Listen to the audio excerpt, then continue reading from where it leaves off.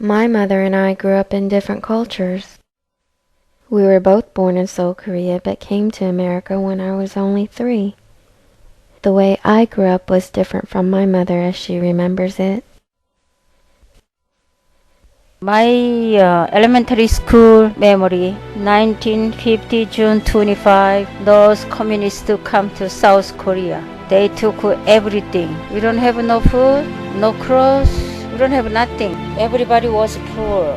I heard from a lot of friends. They say American, a lot of freedom for children. This paradise for children. So we come over here for children. So off we went in search of this paradise called America. They come from everywhere to take the challenge. Well, it goes to St. Louis, down to Missouri, Oklahoma City looks so, so pretty, you'll see.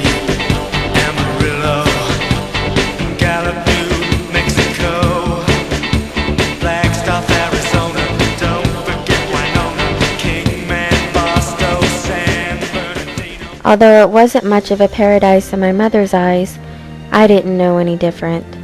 I was a child with all the freedoms and joys that my mother didn't have. I soon thought this place wasn't much of a paradise when I reached the 1st grade. It was pretty difficult growing up as a Korean kid and made me aware of race politics early on in life. I dealt with racial slurs and discrimination and started to feel a little ashamed of my heritage. But fortunately, my teacher in 1st grade saw a need to educate the other children about my culture. I remember a day where we made these Asian hats and got to eat our lunches outside with chopsticks. Although I was a little embarrassed at all the attention, it really made me feel special because the children wanted to learn from me. I also got a few laughs at how the other students were trying to maneuver the chopsticks, and it really helped build my self-esteem. I eventually got accustomed to American ways and started to fit in once I got older. But occasionally, there would be an ignorant person who would say things like, "Why don't you go back to your own country?" Well, America is the only place I really know, and I consider it my country. But my mother disagreed.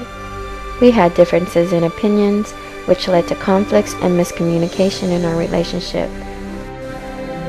I can just see the differences in my mother's culture and mine by the things we select, such as newspapers,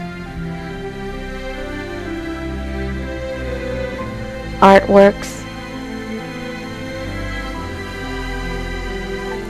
and our pets. But I still keep some Korean values like taking my shoes off at the door when I come home. But that wasn't enough for my mother. She wanted to instill more Korean values and mannerisms like standing up and bowing when an elderly walks into the house. So she sent me to a Korean school every Saturday so I could learn about my culture. I learned how to read, write, and talk in Korean. She also had hopes of me associating with Korean people and maybe even finding a nice Korean boy one day. She even sent me to a school in Korea in the summer of '87 when I was about 15 years old. I learned a lot about Korea and started to appreciate my cultural heritage.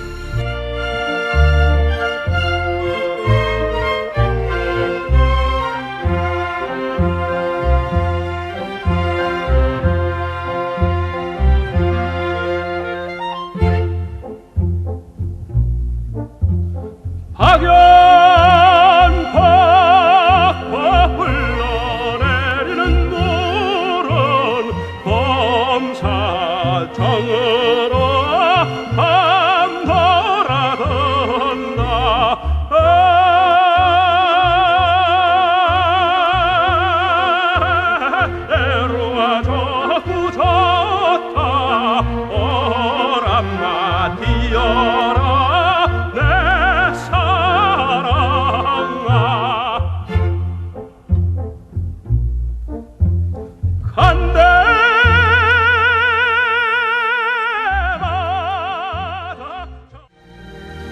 At times, my mother doesn't think that any of her efforts paid off, and sometimes even regrets ever listening to her friends about this paradise.